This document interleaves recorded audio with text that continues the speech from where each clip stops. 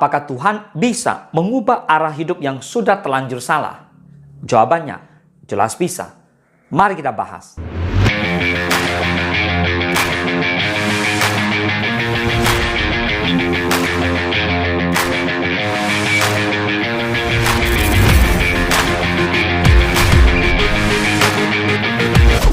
Saudara, pernahkah kita merasa hidup sudah terlalu jauh menyimpang? Merasa keputusan masa lalu tidak bisa diperbaiki lagi. Bahkan merasa waktu sudah terlambat untuk berubah. Banyak orang berkata, saya sudah terlalu jauh. Hidup saya sudah rusak. Ya, saya sudah buat terlalu banyak kesalahan. Namun pertanyaannya, apakah Tuhan masih bisa mengubah arah hidup yang sudah terlanjur salah? Jawabannya, jelas bisa. Bukan hanya bisa, Tuhan kita ahli mengubah arah hidup manusia. Tuhan ahli mengubah arah hidup. Kita belajar dari kisah Yunus. Yunus 3 ayat pertama dan kedua. Datanglah firman Tuhan kepada Yunus untuk kedua kalinya. Demikian, bangunlah, pergilah ke Niniwe, kota yang besar itu, dan sampaikanlah kepadanya seruan yang kufirmankan kepadamu. Yunus pernah lari dari panggilan Tuhan. Ia memilih arah yang salah. Harusnya Yunus pergi ke Niniwe, tapi ternyata Yunus lari ke Tarsis. Yunus melawan kehendak Tuhan. Yunus bahkan hampir mati karena keputusannya. Di mana dia dicampakkan ke dalam laut, masuk ke mulut ikan. Namun apa yang Tuhan lakukan? Tuhan tidak membuang Yunus. Tuhan memberi kesempatan kedua. Tuhan tidak hanya mengampuni Yunus. Tuhan mengembalikan arah hidupnya Yunus. Ini menunjukkan kesalahan manusia tidak lebih besar daripada rencana Tuhan. Sekarang kita belajar daripada Rasul Paulus. Dari pembunuh menjadi rasul. Kisah para Rasul 9 ayat 4-6. Ia rebah ke tanah dan kedengaranlah olehnya suatu suara yang berkata kepadanya, Saulus, Saulus, mengapakah engkau menganiaya aku? Jawab Saulus, siapakah engkau Tuhan? Katanya, akulah Yesus yang kau aniaya itu. Tetapi bangunlah dan pergilah ke dalam kota, di sana akan dikatakan kepadamu apa yang harus kau perbuat. Bapak Ibu semua, dari kisah para Rasul 9 ayat 4-6, kita bisa tahu bahwa Paulus dulu menganiaya jemaat. Menyetujui pembunuhan Stefanus, membenci orang Kristen. Secara manusia, hidup Paulus sudah salah arah total. Namun, satu perjumpaan dengan Yesus mengubah arah hidupnya, mengubah tujuan hidupnya, bahkan mengubah panggilannya. Dari pembunuh menjadi pemberita Injil terbesar.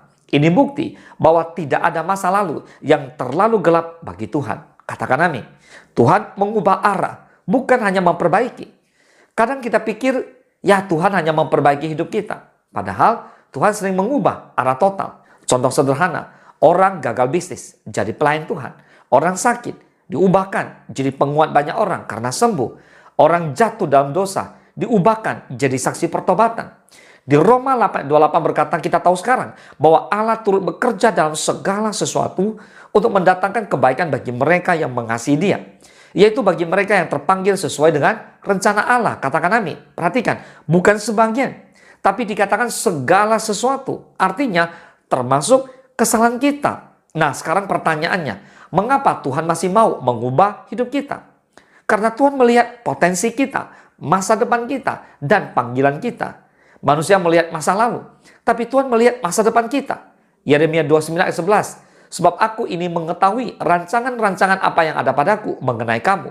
Demikianlah firman Tuhan, yaitu rancangan damai sejahtera dan bukan rancangan kecelakaan, untuk memberikan kepadamu hari depan yang penuh harapan. Katakan amin.